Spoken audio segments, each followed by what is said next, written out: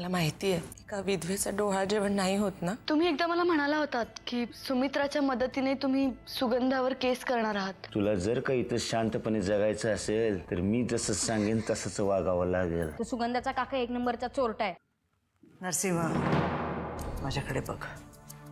मला खरं खरं सांग, भवानी माई काय म्हणाले ते. माझी शपथ आहे तुला.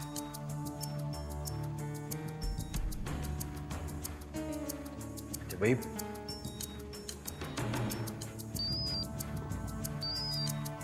मोकलवारांचा फोन आहे आतेबाई, घ्यावा लागेल, महत्वाचा आहे.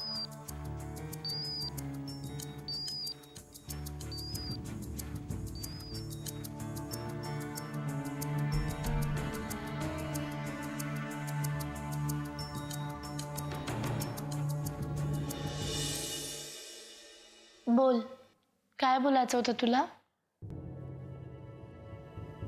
जानकी परवा सुगंधा भेटली होती. खूप बोलत होती.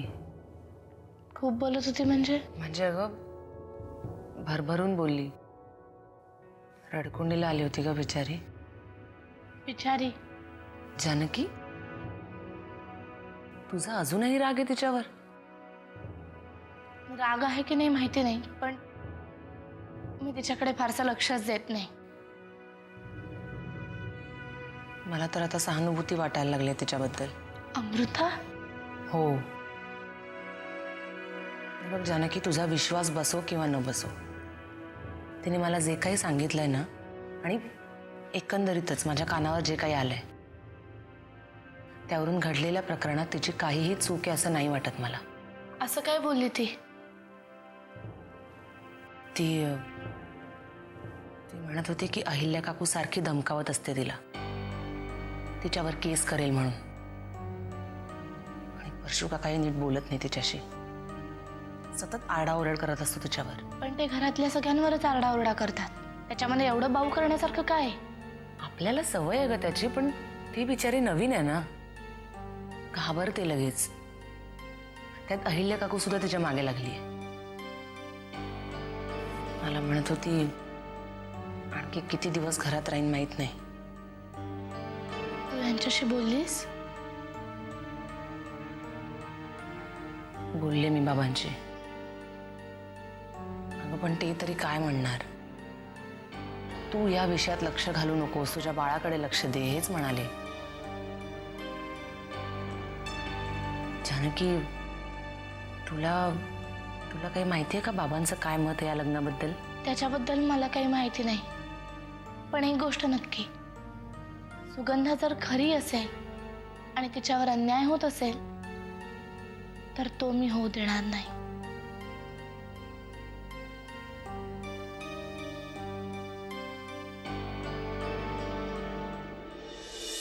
रमावतीला झालेल्या या अभूतपूर्व मतदानाने हे सिद्ध झालंय की नरसिंह किल्लेदारांना जनतेचा केवढा मोठा पाठिंबा मिळालाय. जवळजवळ सर्व एक्झिट पोल्सने हीच गोष्ट अधोरेखित केली आहे की नरसिंह किल्लेदार यांचा विजय जवळजवळ पक्का आहे. वा वाकनीस दादा, सगळ्या न्यूज चॅनलवाल्यांना तुमच्या कामाची दखल घ्यावीच लागली आहे बघ. तुमच्या नाही वामन, आपल्या. आणि हे जे सारखे ओरडून सांगतात ना, अभूतपूर्व मतदान, अभूतपूर्व मतदान, हे काही असं जादूची कांडी फिरवून होत नाही. दादा, तुझी जी प्रतिमा आहे ना जनमानसामध्ये, त्याचंच हे प्रतीक आहे. तुम्ही बरोबर बोलताय वामनराव. अहो, हे साहेबांच्या बदललेल्या प्रतिमेचं प्रतिबिंबच आहे. त्याचीच प्रतिक्रिया ही मतदानाच्या रूपाने उमटली. आजपर्यंत रमावतीच्या इतिहासामध्ये एवढं अभूतपूर्व मतदान कधीच झालेलं नव्हतं. वयस्कर माणसं तर साहेबांचे मतदार आहेतच, पण यावर्षी तर पहिल्यांदा मतदान करणाऱ्या तरुण वर्गाने सुद्धा साहेबांनाच मत दिलंय. प्रत्येक तरुणाला आपलं पहिलं मत साहेबांनाच द्यायचं होतं. वाकणीस, यापूर्वीही मी तरुणांचा नेता म्हणूनच ओळखलो जायचो. वाकणीस, ज्या राज्यकर्त्याच्या पाठीशी तरुण वर्ग नाही तो राज्यकर्ता कसला? आणि ज्याच्या पाठीशी तरुण वर्ग आहे तो राज्यकर्ता पुढची 40 वर्ष राज्य करतो. मुळात तरुण वर्गाचा दृष्टिकोन बदलतोय हे लक्षात घ्यायला हवं. नाही, नुसतं तेवढंच नाही दादा. आणि हे एक्झिट पोल काय सांगतायत ह्याच्याकडे लक्ष द्यायला हवं ना. नाही वामन, एक्झिट पोल म्हणजे समुद्रात हरवलेल्या शेणाच्या होडीसारखे असतात. वारा वाहील त्या दिशेने जाणार आहे. एक्झिट पोल पेक्षा तरुण वर्ग मतदानासाठी बाहेर पडलाय हे जास्त महत्वाचं आहे. मग आता आज दिवसभर काय प्लॅन? काही करायचं नाही, विश्रांती घ्यायची असं ठरवलंय मी. काय वाकनीस, चालेल ना आम्ही विश्रांती घेतली तर? काय साहेब.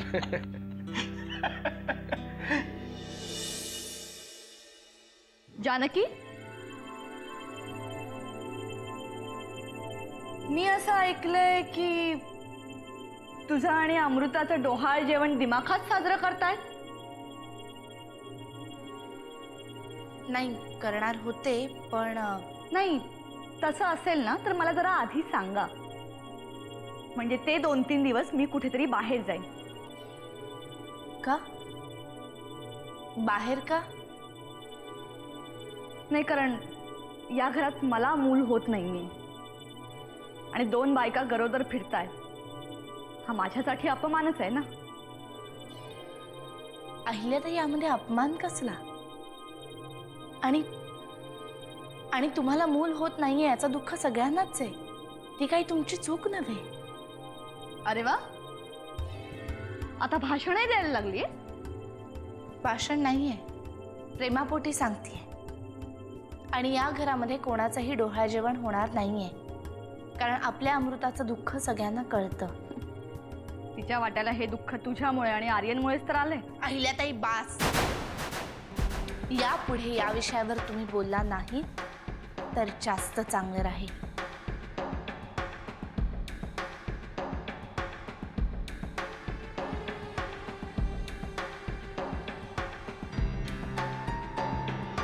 अरे तेरी चुनरिया दिल में गई अय्या मायला. होली सगळी चकाचक, काल पण तशीच आज पण तशीच, आणि हाडळ कुठे दिसत नाही. चला फुकटचं वज कमी झालं वाटते. बरं झालं बाबा. आलात का? हिला मनातलं कळतं का काय? माझ्याशी बोलताय का? नाही. पाणी घ्या ना. पाणी. असं काय करताय? पाण्यामध्ये विष तर नसेल ना घातली ना हडळीनं? वास तर येत नाही. काय झालं? कसला वास? द्या इकडे ते पाणी, मी चहा करून आणते. थांब.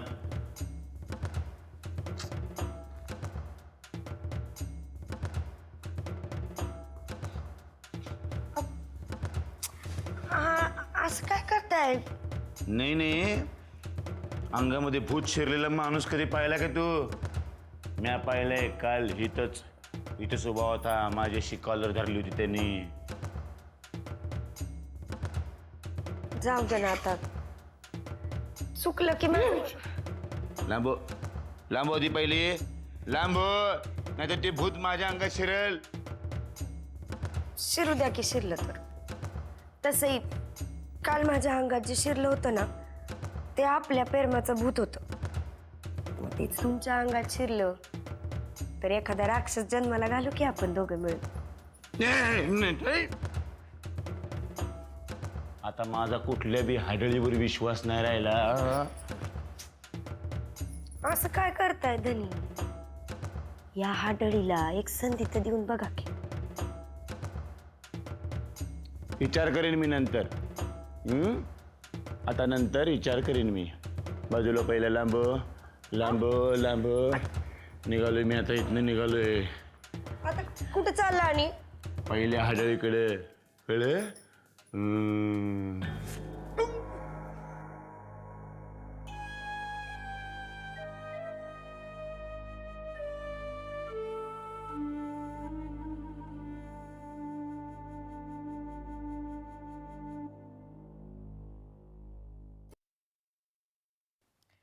काय रे बाबा, काय वाटतंय तुला एकंदरीत सगळं? एकंदरीत निवडणुकीच्या निकालाविषयी विचारत असशील. तर दादाचा विजय पक्का आहे, शंकाच नाही. हे माझं मत नाही हं फक्त. सगळे एक्झिट पोल, राजकीय तज्ज्ञ हेच सांगतायत. आता निवडणुकांनंतर खूप काम करायला लागणार आहे बरं का. निश्चितच. अगं दादा बोलला माझ्याशी, त्याच्या डोक्यात काही निश्चित अशी धोरणं आहेत. इव्हन वाकणीसांच्या डोक्यात काही योजना आहेत. आता या योजना प्रत्यक्षात येऊ देत म्हणजे झालं. कारण डोक्यातल्या कल्पना जेव्हा प्रत्यक्षात येतात ना, तेव्हाच त्या गोष्टी सामान्य माणसांच्या उपयोगी पडतात. आत्या, दादाच्या या संपूर्ण राजकीय वाटचालीमध्ये तुझा खूप मोठा वाटा होता, आहे. त्यामुळे आता दादाचा हा विजय कसा साजरा करायचा हे तू ठरव. तू सांगशील तसा सेलिब्रेट करू. नरसिंहाचा विजय तर साजरा करूच रे आपण. पण वामन, अहिल्याचं काय? तिला हा पराभव सहन झाला नाही तर डोक्यात काहीतरी घेऊन बसेल आणि काहीतरी करून बसेल. नको काळजी करूस, मी सांभाळीन तिला. काय आत्या, इतकी वर्ष तिच्याबरोबर राहून राहून तिला कसं सांभाळायचं ना, हे आता चांगलं झालंय मला. पण मला काळजी जरा वेगळ्या गोष्टीची वाटते आत्या. सुगंधाची ग. इतके दिवस या सुगंधाला अहिल्या पाठीशी घालत होती, तिच्या बाजूनी बोलत होती, आणि अचानक आता ती ह्या सुगंधाचा तिरस्कार करायला लागलेली आहे. हे काय प्रकरण आहे ना, हे अजून मला कळत नाहीये. मी बोलणारच होते या विषयावर तुझ्याशी, पण म्हटलं ही निवडणुकीची धामधूम जरा संपू दे. वामन, मला वाटतं तू याच्यात लक्ष घाल. आणि हे मी तुला का सांगतेय हे तुला नक्की माहिती.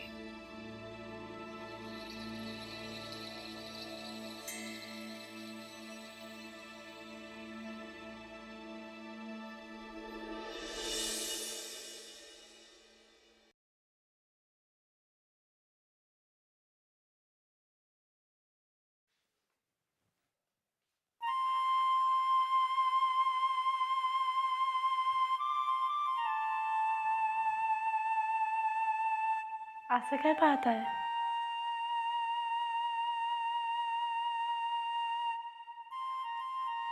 बस जरा, बस माझ्याजवळ. माझ्याकडे वेळच वेळ आहे तुमच्या जवळ बसायला. उद्यापासून तुम्हालाच वेळ नाही होणार आहे. एवढी खात्री वाटते तुला माझ्या जिंकण्याबद्दल? मी देवाबरोबर तशी सेटिंग लावून ठेवली आहे. कुठून शिकलीस हा शब्द? ते परशुदादा सारखे म्हणत असतात ना, म्हणून मी.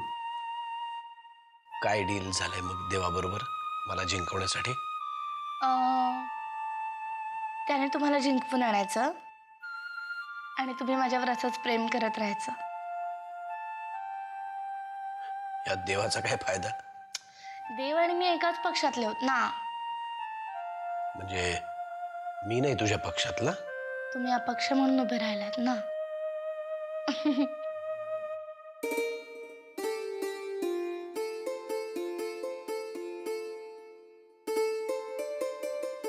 जानकी, मला सोडून जाणार नाहीस ना? जानकी, तू अशीच राहशील ना माझ्या बरोबर कायम? फक्त एकच अडचण आहे.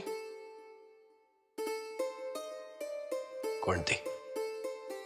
मी जर मध्येच मरून बिरून गेले तर?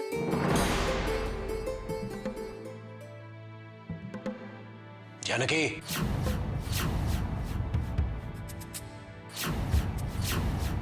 काय बोलतेस वेड्यासारखं?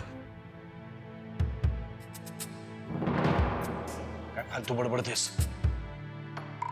हो, मी मी मजेत बोलत होते. मी पुन्हा अशी गंमत केलीस तर याद राख. अहो पण हे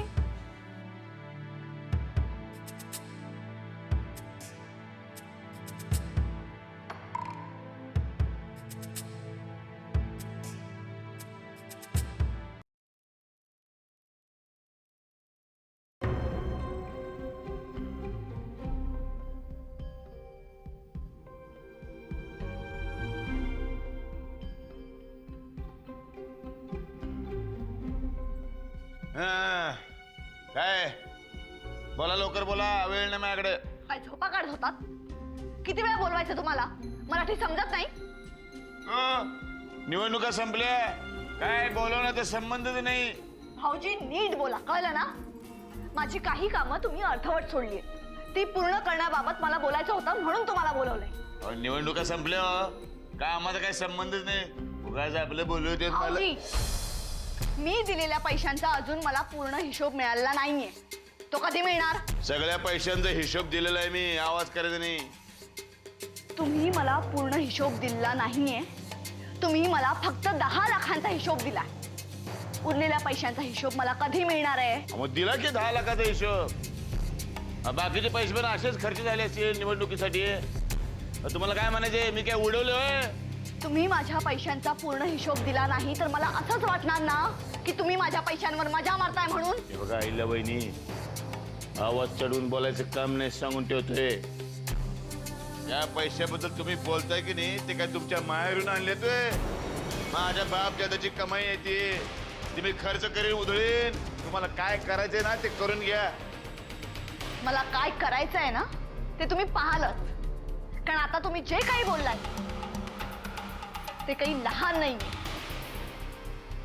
बघा वहिनी, तुम्हाला एक सांगू काय गंमत.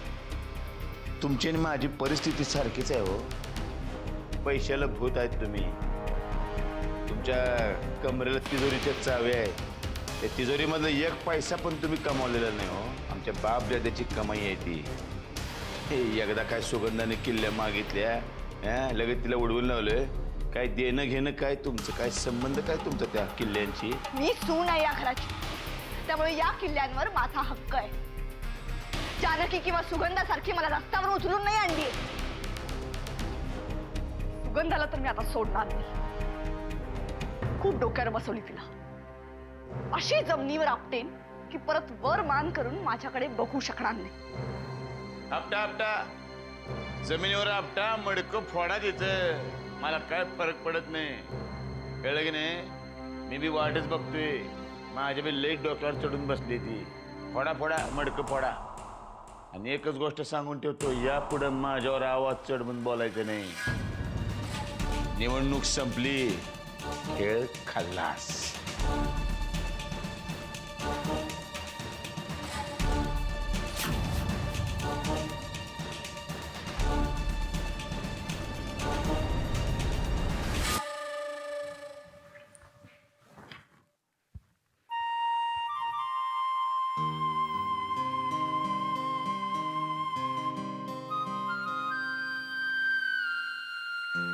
अहो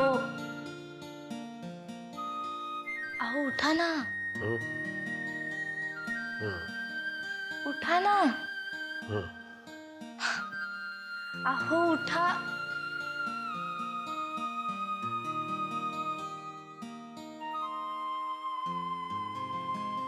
कालचा माझ्यावरचा राग गेलेला दिसतोय. तू आता इतकी सुंदर दिसतेस. तुझ्यावर कधी रागावलो होतो हेच लक्षात नाही माझ्या. हे फक्त बोलण्यापुरतं झालं. काल छान छान बोलता बोलता कसे निघून गेला. किती घालमेल झाली माझी. इकडे बायकोला काय वाटत असेल याचा सुद्धा विचार नाही ना केला. अगं सतत तुझा विचार करत असतो म्हणून तर असं होतं.